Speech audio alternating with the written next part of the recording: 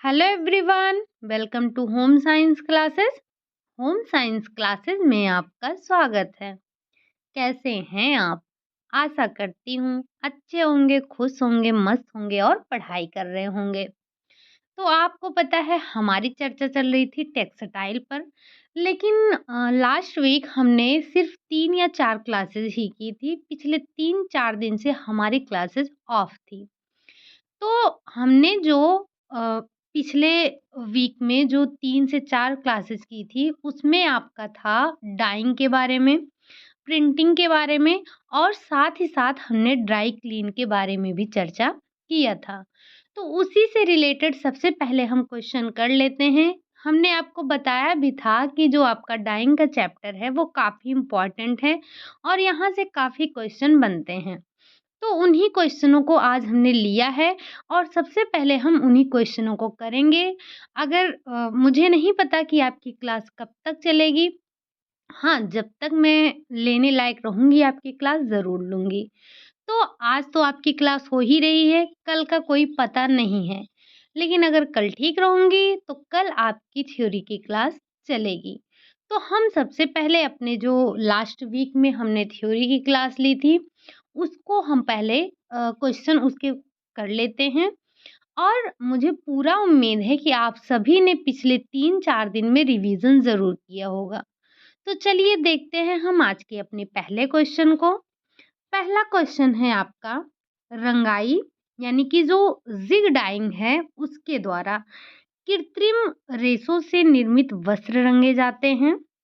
Cellulose रेशे से निर्मित वस्त्र रंगे जाते हैं। प्राणिज रेशे से निर्मित वस्त्र रंगे जाते हैं। उपर्युक्त सभी। तो आपको बताना है, आपने ज़िग डाइंग के बारे में पढ़ा है। तो ज़िग डाइंग के द्वारा ये तो कन्फर्म है कि आप वस्त्रों की रंगाई करते हैं। लेकिन बताना आपको ये है कि क्या आप कृत्रिम वस्त्रों को रंगते हैं? या फिर आप सेलुलोज़िक जगत के रेशों को रंगते हैं? या फिर आप प्राणिज जगत के रेशों की रंगाई करते हैं? सॉरी, जो प्राणिज जगत के रेशों से निर्मित वस्त्र होते हैं, उनकी रंगाई करते हैं। तो हमने पढ़ रखा है क्या कि जो आपकी ज़िग डाइंग होती है, ज़िग डाइंग के द्वारा जो कृत्रिम रेशों से निर्मित आपके वस्त्र होते हैं, उन्हीं की रंगाई आप करते हैं। तो इसका पहला आंसर जो हो जाएगा, मतलब पहला ऑप्शन जो है वो आपका राइट हो जाएगा। अगला क्वेश्चन है आपका, क्वेश्चन नंबर 2 है कि बांध कर वस्त्र को रंगने की कला को कहा जाता है। हम जो बांध कर रंगने की कला है हमारी, हम उसे कहते क्या हैं? क्या उसे बाटिक कला कहा जाता है?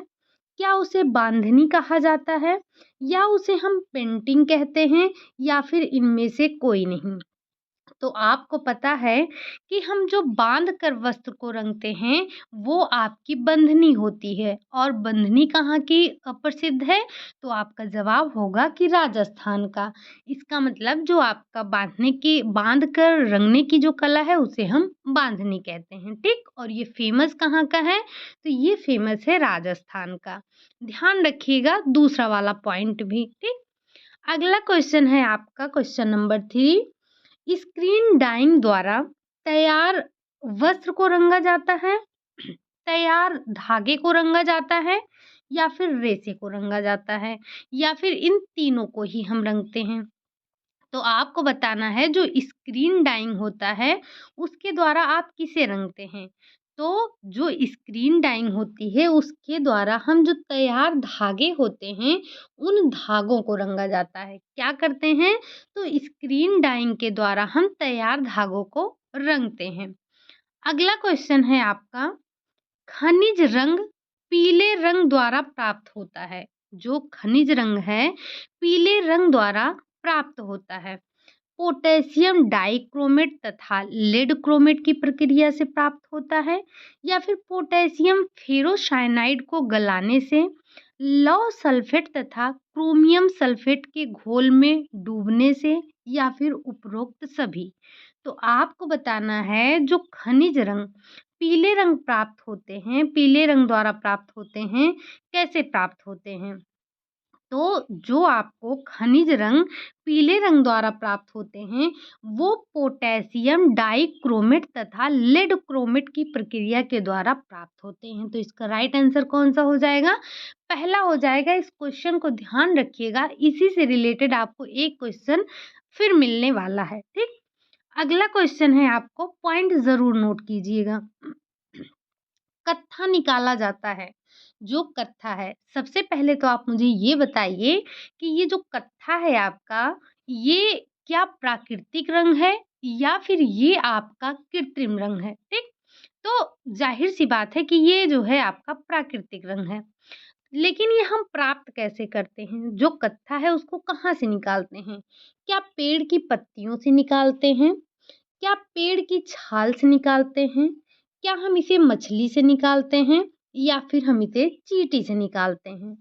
तो आपको पता है ये जो हमारे मछली और चींटी हैं, ये हमारे तो प्राणिज हो जा रहे हैं और कत्था हमारा वानस्पतिक जगत का है। तो जो कत्था है, कत्था आपको पेड़ की छाल से प्राप्त होता है, ना कि पत्तियों से।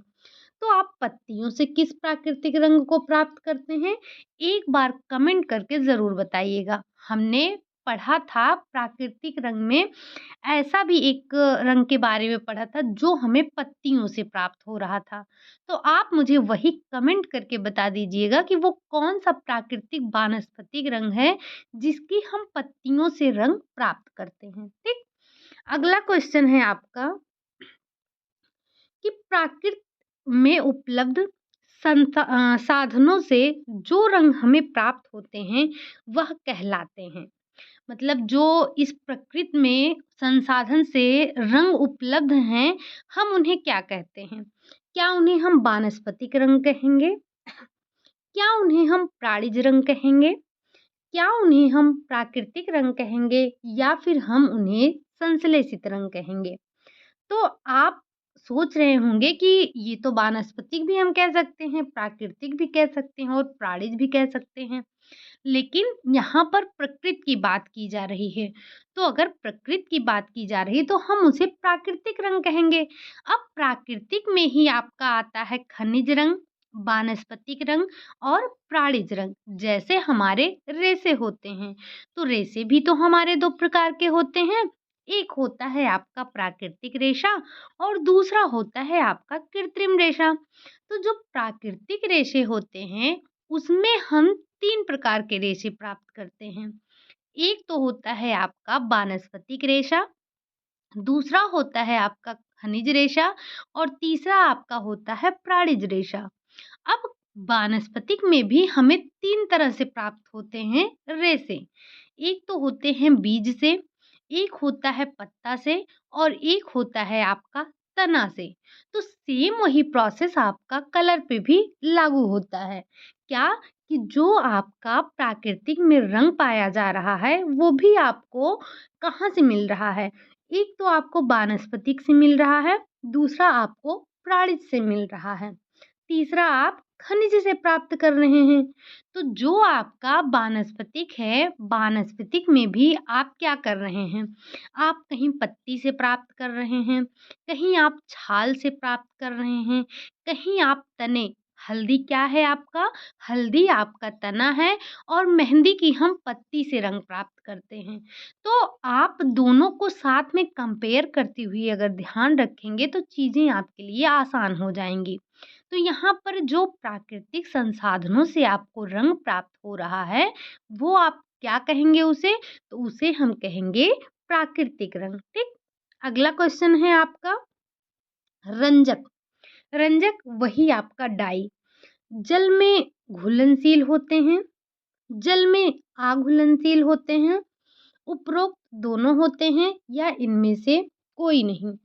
तो आपको पता है जो रंजक होते हैं वो आपके जल में घुलनशील होते हैं, इसीलिए तो हम कपड़ों को रंग पाते हैं। अगर बात की जाए पिगमेंट की, पिगमेंट क्या होता है?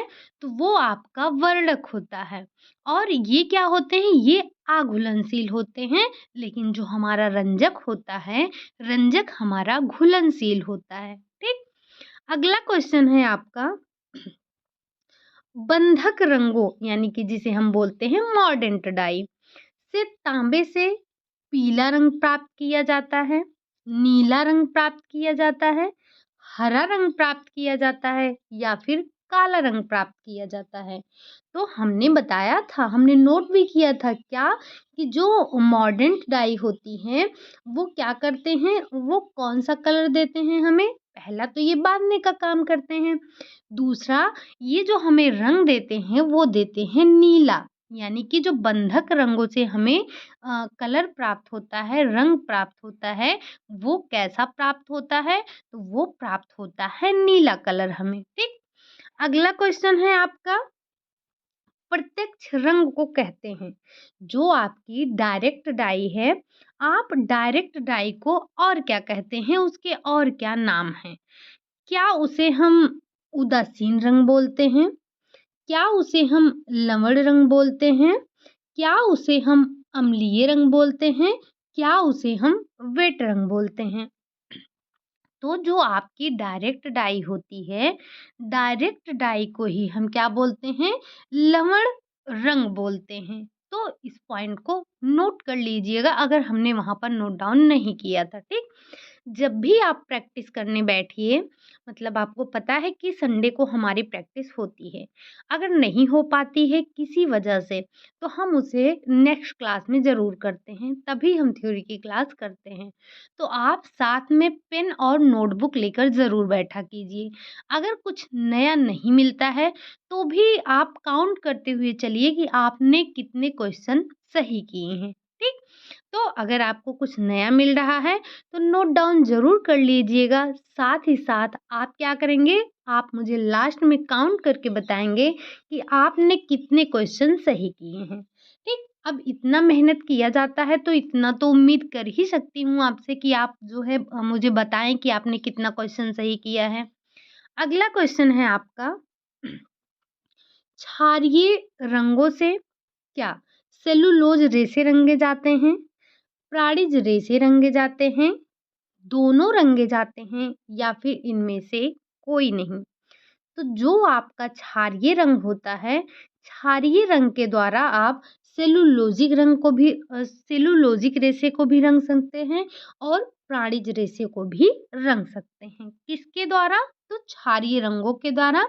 यानी कि आपका जो ऑप्शन नंबर 3 है वो सही हो जाएगा, उपरोक्त दोनों, ठीक? अगला क्वेश्चन है आपका, अम्लीय रंग प्रयुक्त होते हैं। जो आपके अम्लीय रंग होते हैं, वो क्या रंगने के लिए अच्छे होते हैं?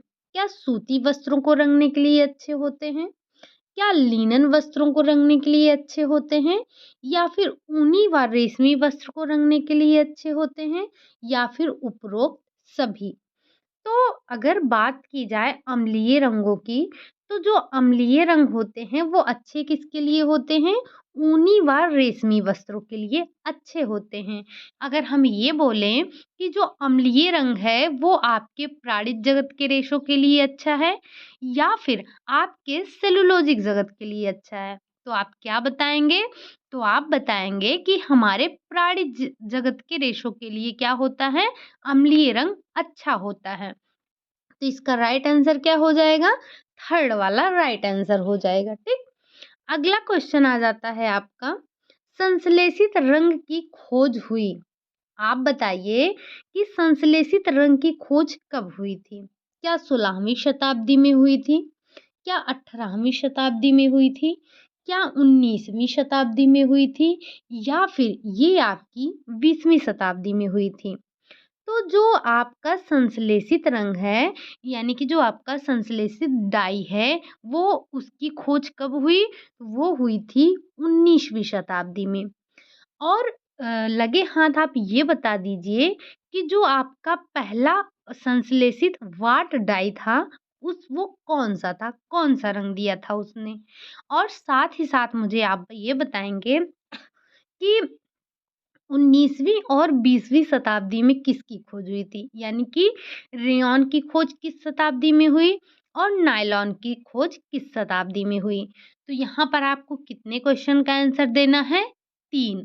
कौन-कौन सा? पहला ये कि जो पहला वाट संश्लेषित आपका अ अ, डाई था वो क्या था? दूसरा कि आपका जो ये रेयॉन था, रेयॉन की खोज किस शताब्दी में हुई? और तीसरा ये कि नायलॉन की खोज किस शताब्दी में हुई? ठीक? ये 3 पॉइंट आप मुझे ज़रूर बताइएगा और मुझे उम्मीद है कि आप बताएँगे, क्योंकि आप में से काफ़ी लोग ऐसे हैं जो एक्टिव हैं, जो सवालों का जवाब देते हैं। जब आप सवालों का जवाब देते हैं तो मुझे भी अच्छा लगता है कि हाँ, आप लोग मेहनत करते हैं, आप लोग पढ़ते हैं, समझते हैं, समझने की कोशिश भी करते हैं और जो मैं समझाती हूँ आपको कुछ समझ भी आता है। अगर आप जवाब नहीं देते हैं तो मुझे ऐसा लगता है कि शायद मैं समझा नहीं पाई आपको, इसलिए आप जो है उसका जवाब नहीं दे रहे हैं। तो अगर आपको चीज़ें समझ आती हैं तो बस टाइप करने में क्या जाता है? 2 ही क्वेश्चन रहते हैं, 4 क्वेश्चन रहते हैं, बस 1 मिनट में आप उसको टाइप कर दिया कीजिए। मुझे भी अच्छा लगेगा और आपको भी याद हो जाएगा अगर नहीं याद है तो, ठीक? चलिए बढ़ते हैं हम अपने अगले क्वेश्चन की तरफ। अगला क्वेश्चन है आपका अगला क्वेश्चन है आपका खनिज रंग। अभी इसी से रिलेटेड हमने एक क्वेश्चन और किया था। खनिज रंग पर्शियन ब्लू प्राप्त होता है, कैसे प्राप्त होता है?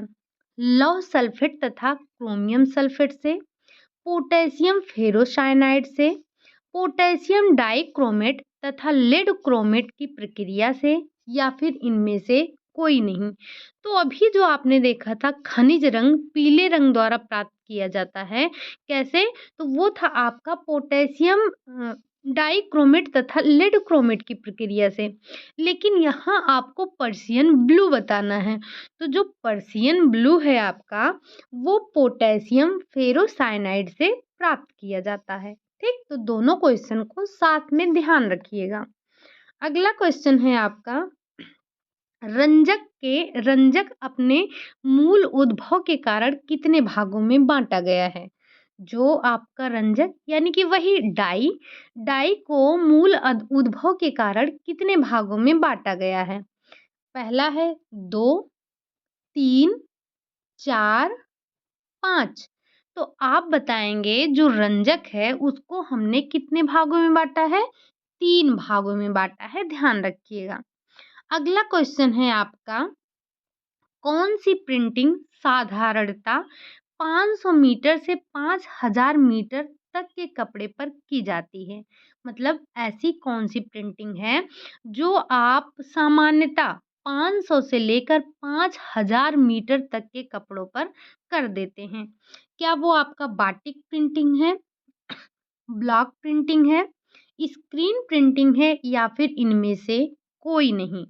तो आपको पता है कि बाटिक और ब्लॉक ये दोनों क्या हैं? ये दोनों आपके हाथ से की जाने वाली हैं। तो इतने ज़्यादा लंबे कपड़ों पर हम हाथ से प्रिंटिंग नहीं कर सकते हैं, ठीक? लेकिन जो आपकी स्क्रीन प्रिंटिंग है, स्क्रीन प्रिंटिंग के द्वारा आप 500 से लेकर 5000 मीटर तक के कपड़ों को क्या कर सकते हैं? प्रिंट कर सकते हैं। अगला क्वेश्चन है आपका रासायनिक स्रोतों द्वारा रंजक प्राप्त करने का अनुसंधान सर्वप्रथम विलियम हेनरी पार्कर द्वारा कब किया गया था? जो हमारे विलियम हेनरी पार्कर थे, इन्होंने ही तो संश्लेषित रंगों का खोज किया था। कैसे? एकाएक ही हो गया था ना। तो ये कब हुआ था? क्या 1852 में हुआ था? क्या 1854 में हुआ था? क्या 1856 में हुआ था? या फिर 1858 में हुआ था? तो आपको पता है कि जो हेनरी पार्कर ने संश्लेषित रंग की खोज की, वो भी एकाएक, तो वो कब हुई थी? 1856 में हुई थी। ठीक? डेट को ध्यान रखिएगा। अगला क्वेश्चन है आपका बाटिक मूलतः शब्द है। ये जो बाटिक शब्द है ये मूलतः कहाँ का शब्द है? क्या ये स्पेनिश शब्द है, रशियन शब्द है, यूरोपीय शब्द है, या फिर जापानीज है? तो आपको पता है जो बाटिक इसका उद्भव कहाँ से माना जाता है? तो जापान से ही माना जाता है। और जो इसका मूल शब्द है कहाँ का है? तो ये भी जापान का ही है। अगला क्वेश्चन है आपका चीन में बाटिक प्रिंटिंग की कला कौन सी शताब्दी में मानी जाती है? जो चीन में बाटिक प्रिंटिंग की कला है वो किस शताब्दी में मानी जाती है? क्या छठी शताब्दी में मानी जाती है, 7वीं शताब्दी में मानी जाती है, 8वीं शताब्दी में मानी जाती है या फिर 9वीं शताब्दी में मानी जाती है? तो जो चीन में बाटिक प्रिंटिंग की कला मानी जाती है वो किस शताब्दी में मानी जाती है? तो वो आपकी मानी जाती है 7वीं शताब्दी में। कब मानी जाती है? तो वो मानी जाती है आपकी 7वीं शताब्दी में। अगला क्वेश्चन है आपका, ये थे आपके कहाँ के जो हमने डिस्कस किए अभी डाइंग और प्रिंटिंग के थे। अगला जो है आपका वो है अभी ये आपके ड्राई क्लीन से हैं। ये जो क्वेश्चन हैं आपके ये सारे क्वेश्चन आपके बुक के ही हैं। इससे आगे जो अभी क्वेश्चन मिलेंगे वो आपको मेरे बनाए हुए क्वेश्चन मिलने वाले हैं और कुछ शायद 2-4 आपके पीवाईक्यू के भी हैं, ठीक? तो चिकनाई घोलक होता है, क्या होता है? क्या वो ज्वलनशील एवं वाष्पशील होता है? क्या वो अज्वलनशील एवं वाष्पशील होता है या फिर दोनों होता है या फिर इनमें से कोई नहीं? तो आपने देखा था कि जो हमारे चिकनाई घोलक थे, पहली बात तो हम ड्राई क्लीन के लिए क्या कर रहे थे? 2 तरह के प्रतिकर्मक का उपयोग कर रहे थे। एक था आपका चिकनाई अवशोषक तो दूसरा था आपका चिकनाई घोलक। तो जो चिकनाई घोलक था आपका वो उसमें भी हमने देखा था कि कुछ ज्वलनशील थे और कुछ अज्वलनशील थे, लेकिन क्या थे वो वाष्पशील थे, ठीक? तो यहाँ पर आपका राइट आंसर क्या हो जाएगा? थर्ड वाला कि जो आपके चिकनाई घोलक होते हैं वो ज्वलनशील भी होते हैं, अज्वलनशील भी होते हैं और वाष्पशील होते हैं। जैसे जैसे जो आप पेट्रोल कहीं पर गिरा दीजिए, किसी कपड़े पर पेट्रोल लगा दीजिए, तो आप देखेंगे अगर उसे 2-4 दिन ऐसे ही आपने 2-4 दिन क्या 8-10 घंटे आपने रख दिया है खुली हवा में, तो उसकी गंध क्या होती है? निकल जाती है। वो क्या होता है? वाष्पशील होता है, ठीक? अगला क्वेश्चन है आपका, शुष्क धुलाई में प्रयुक्त किया जाता है। जो ड्राई क्लीन होता है आपका, वो उसमें आप क्या प्रयोग करते हैं? क्या साबुन पानी का प्रयोग करते हैं? अम्लीय प्रतिकर्मक का प्रयोग करते हैं? वसा घोलक एवं अवशोषक का प्रयोग करते हैं या फिर क्षारीय प्रतिकर्मक का प्रयोग करते हैं? तो आपको पता है हमने ड्राई क्लीन के बारे में चर्चा किया था। हमने कहीं पर साबुन, पानी इन सब का प्रयोग नहीं किया था। हमने सिर्फ 2 नाम सुना था। एक था आपका वसा घोलक, दूसरा था आपका वसा अवशोषक। इसी 2 तरह से हमने क्या किया था? ड्राई क्लीन किया था, ठीक? अगला क्वेश्चन आ जाता है आपका कि शुष्क धुलाई करने के पश्चात वस्त्र को क्या करना चाहिए? क्या छायादार स्थान में 1 दिन के लिए सुखाना चाहिए? तुरंत इस्त्री की जानी चाहिए? धूप में 12 घंटे तक सुखाना चाहिए या फिर इनमें से कोई नहीं? तो आपको पता है जब आपने ड्राई क्लीन किया है तो हमें उस पर तुरंत इस्त्री नहीं करनी है, ना ही हम उसे धूप में सुखाएंगे। हम क्या करेंगे? हम उसे छायादार स्थान में 1 दिन के लिए सुखाएंगे। कितने दिन के लिए? तो 1 दिन के लिए आप उसे छायादार स्थान पर सुखाएंगे, ठीक? अगला क्वेश्चन है आपका, चिकनाई अवशोषक द्वारा जो आपके चिकनाई अवशोषक होते हैं उनके द्वारा वस्त्र की अच्छी धुलाई हो जाती है। वस्त्र के केवल चिकनाई युक्त दाग धब्बे ही हट पाते हैं। संपूर्ण वस्त्र की सफाई की जाती है या फिर इनमें से कोई नहीं? तो आपको पता है कि जो चिकनाई अवशोषक होते हैं, चिकनाई घोलक की अपेक्षा उतने अच्छे नहीं होते हैं। तो जो हमारे चिकनाई अवशोषक होते हैं, उनके द्वारा वस्त्र के केवल जो चिकनाई युक्त दाग धब्बे होते हैं, हम उन्हीं को हटा पाते हैं। संपूर्ण वस्त्र की सफाई नहीं कर पाते हैं। तो चिकनाई अवशोषक द्वारा क्या किया जाता है? तो सिर्फ वस्त्र के चिकनाई युक्त दाग धब्बों को ही हम हटा पाते हैं, ठीक? अगला क्वेश्चन है आपका, शुष्क धुलाई की जानी चाहिए। शुष्क धुलाई किस पर की जानी चाहिए? मतलब किस में की जानी चाहिए? चौड़े मुंह वाले पात्र में, सकरे मुंह वाले पात्र में दोनों में, इनमें से कोई नहीं। तो आपको शुष्क धुलाई कैसे करनी चाहिए? आपको शुष्क धुलाई संकरे मुँह वाले पात्र में करना चाहिए। आपको पता है जो आपके वसा घोलक हैं या फिर जो आपके चिकनाई घोलक हैं, वो क्या होते हैं? वाष्पशील होते हैं। तो अगर आप उन्हें चौड़े मुँह वाले पात्र में रखेंगे तो क्या होगा? अगर इसका आपको बेस्ट एग्ज़ाम्पल चाहिए तो आप जाइए और एक थिनर का बॉटल लेकर आइए। बाज़ार में कुछ 20-25 रुपए में मिल जाता है। आप उसे लेकर आइए, उसे लगाइए मत, सिर्फ़ उसका ढक्कन खोलकर रख दीजिए। जब आप उसे ढक्कन खोलकर रख देंगे, सुबह उठेंगे तो चमत्कार दिखेगा आपको। क्या चमत्कार दिखेगा? ये दिखेगा कि आपका थिनर पूरा गायब हो चुका है। क्यों? क्योंकि वो होता है वाष्पशील। तो हम जो ड्राई क्लीन करते हैं, वो क्या करते हैं? वो संकरे मुँह वाले पात्र में करते हैं, ठीक? अगला क्वेश्चन है आपका, हरिओम फेल्ट वस्त्रों की धुलाई के लिए उत्तम रहता है। जो आपका फर वाला कपड़ा होता है, फेल्ट कपड़े होते हैं, उनकी धुलाई के लिए सबसे अच्छी धुलाई क्या होती है? क्या वो ड्राई क्लीन होती है, वेट क्लीनिंग होती है यानी कि गीली, या फिर आर्द्र धुलाई होती है? दोनों अच्छे होते हैं या फिर इनमें से कोई नहीं? तो हमने क्या देखा है? हमने देखा है जो फर वाले होते हैं, फेल्ट वस्त्र होते हैं, वो आपके कैसे होते हैं? तो वो ड्राई क्लीन के लिए अच्छे होते हैं। अगर आप उन पे ड्राई क्लीन करते हैं तो वो क्या रहते हैं? वो अच्छे रहते हैं। अगला क्वेश्चन है आपका, यहाँ से आ जाता है आपका मेरे बनाए हुए क्वेश्चन मिलते हैं और लास्ट में आपको 2-4 क्वेश्चन मिलेंगे पीवाईक्यू के, ठीक? तो सबसे पहले indigo, indigosol, algosol vat dye के प्रकार हैं। ध्यान रखिएगा, जो इंडिगो है, इंडिगो शॉल है, एल्गो शॉल है, ये तीनों आपके क्या होते हैं?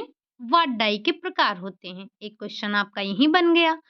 जो कि प्रयुक्त किए जाते हैं, ये जो आपके इंडिगो, इंडिगो शॉल और एल्गो शॉल हैं, ये किसके लिए प्रयुक्त होते हैं?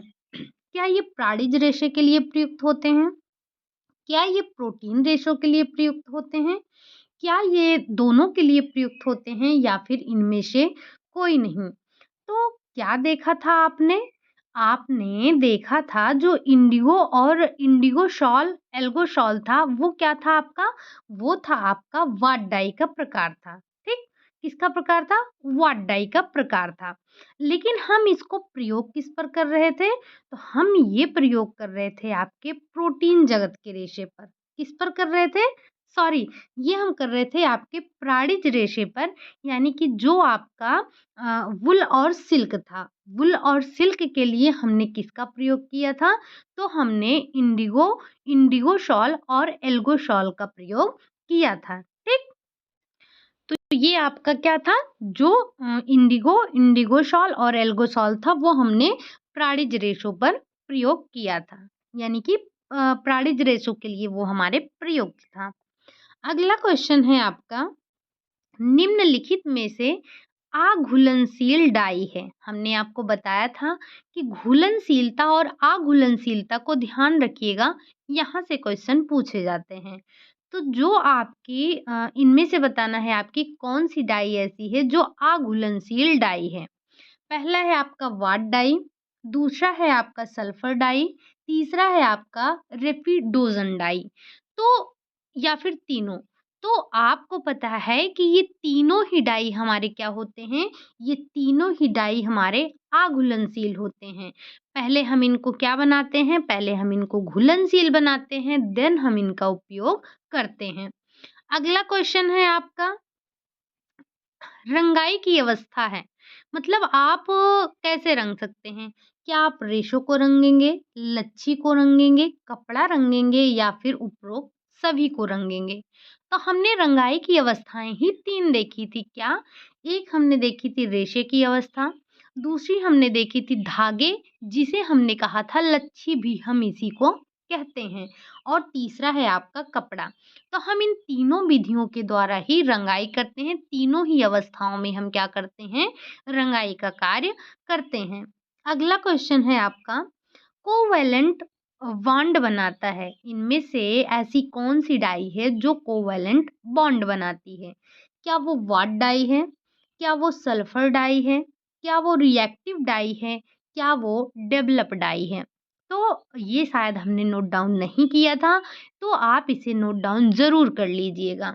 कोवैलेंट बॉन्ड जो होता है वो बनाता है आपका रिएक्टिव डाई। कोवैलेंट का मतलब क्या होता है कि आयनों का जुड़ना। और ये जो रिएक्टिव डाई होती है, इसे हम कॉटन हो गया, सेलुलोज जगत के जो रेशे होते हैं, हम उन पर इसका प्रयोग करते हैं। किसका? तो रिएक्टिव डाई का। ठीक, बॉन्ड ध्यान रखिएगा। अभी एक बॉन्ड आपको और मिलने वाला है, तो उसे भी नोट डाउन जरूर कर लीजिएगा। अगला क्वेश्चन है आपका, घुलनशील डाई है। इनमें से आपको ये बताना है कि कौन सी घुलनशील डाई है। पहला है आपका वाट डाई है, दूसरा है आपका रिएक्टिव डाई है, और तीसरा है आपका सल्फर डाई है, और चौथा है आपका इनमें से कोई नहीं। तो आपको बताना है कि घुलनशील डाई कौन सी है। तो अभी अभी हमने अघुलनशील देखा था, जिसमें हमने वाट और सल्फर की बात की थी। लेकिन जो आपका ये रिएक्टिव डाई होता है, ये क्या होता है? तो ये आपका घुलनशील होता है। ठीक, ध्यान रखिएगा। अगला क्वेश्चन है आपका, एसीटेट डाई के नाम से जाना जाता है। इनमें से आप किसे एसीटेट डाई के नाम से जानते हैं? ये पॉइंट भी नोट डाउन कीजिएगा, शायद हमने नहीं किया था। ठीक, तो जो एसीटेट डाई के नाम से जाना जाता है, वो सल्फर डाई है क्या? क्या वो वाट डाई है? क्या वो डिस्पर्स डाई है? या वो फिर आपका इनमें से कोई है ही नहीं, ऐसी कोई डाई ही नहीं होती है जिसे हम एसीटेट डाई के नाम से जानते हैं। तो जो आपकी एसीटेट डाई होती है, यानी कि जो आपकी डिस्पर्स डाई होती है, इसी को ही हम क्या कहते हैं? एसीटेट डाई के नाम से जानते हैं। अगला क्वेश्चन है आपका, ल्यूको बॉन्ड बनाता है। इनमें से कौन सी डाई ऐसी है जो ल्यूको बॉन्ड बनाती है? क्या वो वाट डाई है? क्या वो डेवलप डाई है? क्या वो एसिडिक डाई है? क्या वो आपकी बेसिक डाई है? तो जो ल्यूको बॉन्ड बनाता है वो है आपका वाट डाई। ठीक, साथ ही साथ आप कमेंट कर दीजिएगा कि जो रिएक्टिव डाई है वो कौन सा बॉन्ड बनाती है। अभी अभी हमने 3-4 क्वेश्चन पहले डिस्कस किया था। अगला क्वेश्चन है आपका, निम्नलिखित में से अघुलनशील डाई है। इनमें से कौन सी डाई है जो अघुलनशील है? क्या वो डायरेक्ट डाई है? क्या वो एसिड डाई है? क्या वो बेसिक डाई है? या फिर वाट डाई है? तो आपको पता है कि ये जो हमारी वाट डाई है, अभी अभी हमने अघुलनशील में इसको देखा था। तो यहाँ पर आपने घुलनशील क्या पढ़ा? डायरेक्ट डाई पढ़ा, एसिड डाई पढ़ा, और बेसिक डाई। ये आपके क्या हैं? घुलनशील हैं। साथ ही साथ मुझे जो आपका एक और घुलनशील डाई है उसका नाम भी बता दीजिएगा। ठीक, अगला क्वेश्चन है आपका, एंथ्रोक्यूनाइड और सल्फर डाई प्रयुक्त किए जाते हैं। किसके लिए प्रयुक्त किए जाते हैं? ये नाम मुझे बताइएगा, ये किसके पार्ट हैं? हमने ये किस डाई का भाग है ये? जैसे हमने देखा था क्या, इंडिगो, इंडिगोशॉल और क्या एल्गोशॉल, ये क्या थे? ये वाट डाई के प्रकार थे। वैसे आपको बताना है कि ये जो एंथ्राक्यूनाइड है और सल्फर डाई है, ये किसका प्रकार होता है। ठीक, लेकिन यहाँ पर क्वेश्चन क्या है? यहाँ पर क्वेश्चन ये है कि जो एंथ्राक्यूनाइड और सल्फर डाई है, ये किसके लिए प्रयुक्त होते हैं? क्या ये प्राणिज जगत के रेशे के लिए प्रयुक्त होते हैं? सेलुलोजिक रेशे के लिए प्रयुक्त होते हैं? दोनों के लिए ही प्रयुक्त होते हैं, या फिर इनमें से कोई नहीं? तो हमें पता है कि जो हमारा इंडिगो था, इंडिगो शॉल और एल्गो शॉल था, वो हम सिल्क और वूल के लिए प्रयुक्त कर रहे थे। अच्छा था। लेकिन जो हमारा एंथ्राक्विनोइड और सल्फर डाई है, ये दोनों हमारे किसके लिए प्रयुक्त होते हैं? तो ये हमारे होते हैं सेलुलोजिक जगत के लिए होते हैं। ठीक, अगला क्वेश्चन है आपका, रेशे रंगाई की विधि है। रेशे रंगाई की कौन सी विधि है? क्या टॉप है, टॉप डाई है, डॉप डाई है, स्टॉक डाई है, या फिर सभी हैं? तो हमने पढ़ रखा है कि जो रेशे रंगाई की 3 विधियां हैं, टॉप, डॉप और स्टॉक। तो इसका मतलब जो आपका फोर्थ ऑप्शन है वो क्या हो जाएगा, राइट आंसर हो जाएगा। अगला क्वेश्चन है आपका, किस विधि से कपड़े पर चुने हुए स्थान से रंग हटाकर नमूने बनाए जाते हैं? मतलब इनमें से ऐसी कौन सी विधि है जिसमें आप कपड़े पर चुने हुए स्थान से रंग को हटाकर आप नमूना बनाते हैं? क्या वो डिस्चार्ज छपाई है? क्या वो डायरेक्ट छपाई है? क्या वो अवरोध छपाई है? या फिर वो मार्डेंट छपाई है? तो आपको पता होगा और हमने चर्चा भी किया था कि जो हमारा डिस्चार्ज छपाई होता है, इसमें हम कपड़े पर चुने हुए स्थान से रंग को हटा करके नमूना बनाते हैं, ठीक? अगला क्वेश्चन है आपका कि यहाँ राजस्थान की एक प्रसिद्ध रंगाई विधि है, मतलब राजस्थान की इनमें से कौन सी एक प्रसिद्ध रंगाई विधि है? क्या वो स्टॉक डाई है? क्या वो टॉप डाई है? क्या वो पेड डाई है? या फिर वो बंधेज डाई है? तो हमने पढ़ रखा है बंधेज राजस्थान, बंधेज राजस्थान, बंधेज राजस्थान। तो हमारा ये तो ऐसे ही रटा रटाया क्वेश्चन हो गया। अगला क्वेश्चन है आपका, बाटिक, टाई एंड डाई और इकत छपाई डॉट डॉट डॉट के प्रकार हैं, किसके प्रकार हैं? क्या वो ब्लॉच छपाई का प्रकार है? प्रतिरोध छपाई का प्रकार है? शोध छपाई का प्रकार है? या फिर बर्डक छपाई का प्रयोग है? तो ये जो आपका बाटिक, टाई एंड डाई और इकत छपाई है, ये क्या होता है? तो ये आपका प्रतिरोध छपाई का प्रकार होता है। और इसके अंतर्गत 3 विधियाँ आती हैं। कौन-कौन सी? एक आपकी आती है अवरोध छपाई, एक आपकी आती है बाटिक छपाई और तीसरी आपकी आती है डिस्चार्ज छपाई। ये 3 छपाई प्रतिरोध छपाई के अंतर्गत आते हैं, ध्यान रखिएगा। अगला क्वेश्चन है आपका कि प्राकृतिक रंजक हैं, इनमें से प्राकृतिक रंजक कौन हैं?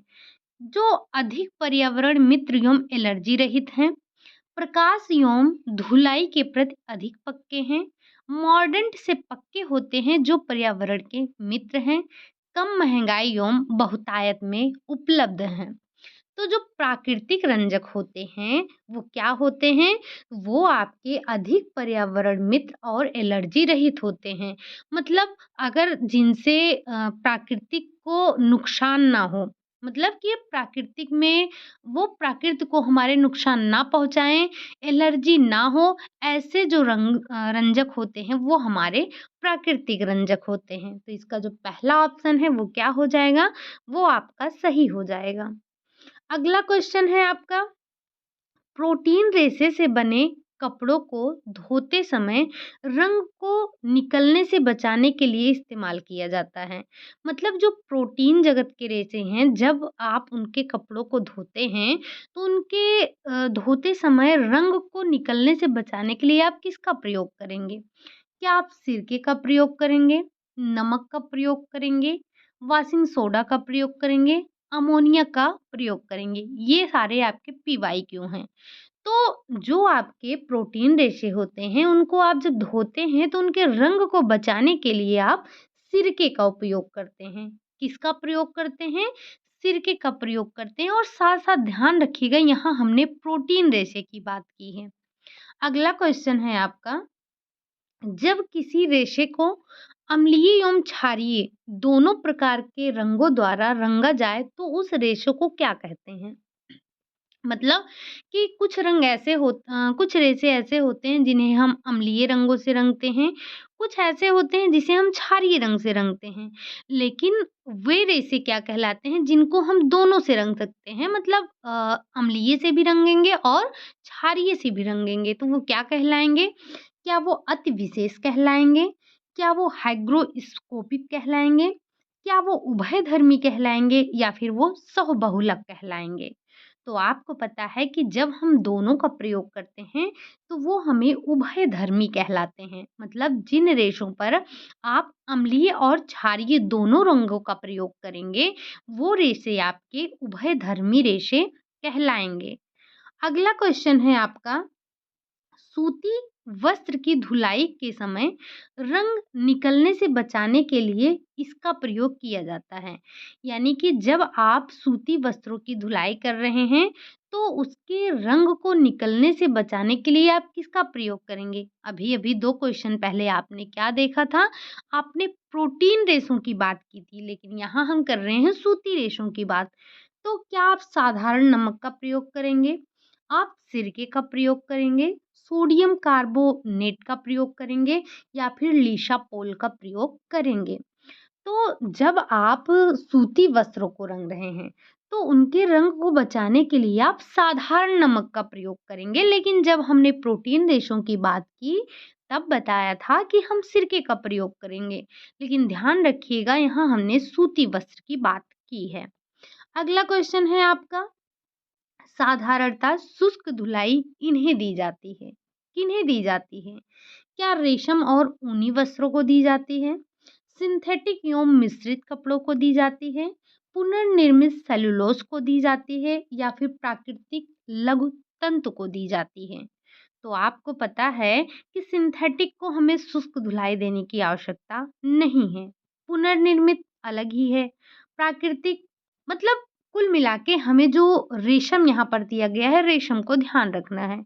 आपने सुना होगा कि सिल्क की साड़ी को हम घर पर नहीं धुलते हैं। क्या करते हैं? हम ड्राई क्लीन करवाते हैं।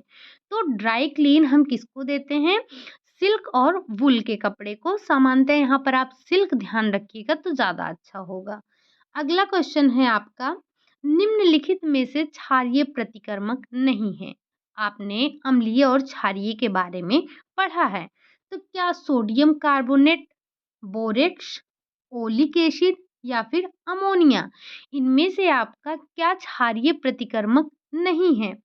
तो आपने पढ़ रखा है क्या कि जो आपका ओलिक एसिड होता है, ये आपका क्षारीय प्रतिकर्मक नहीं है। क्या है?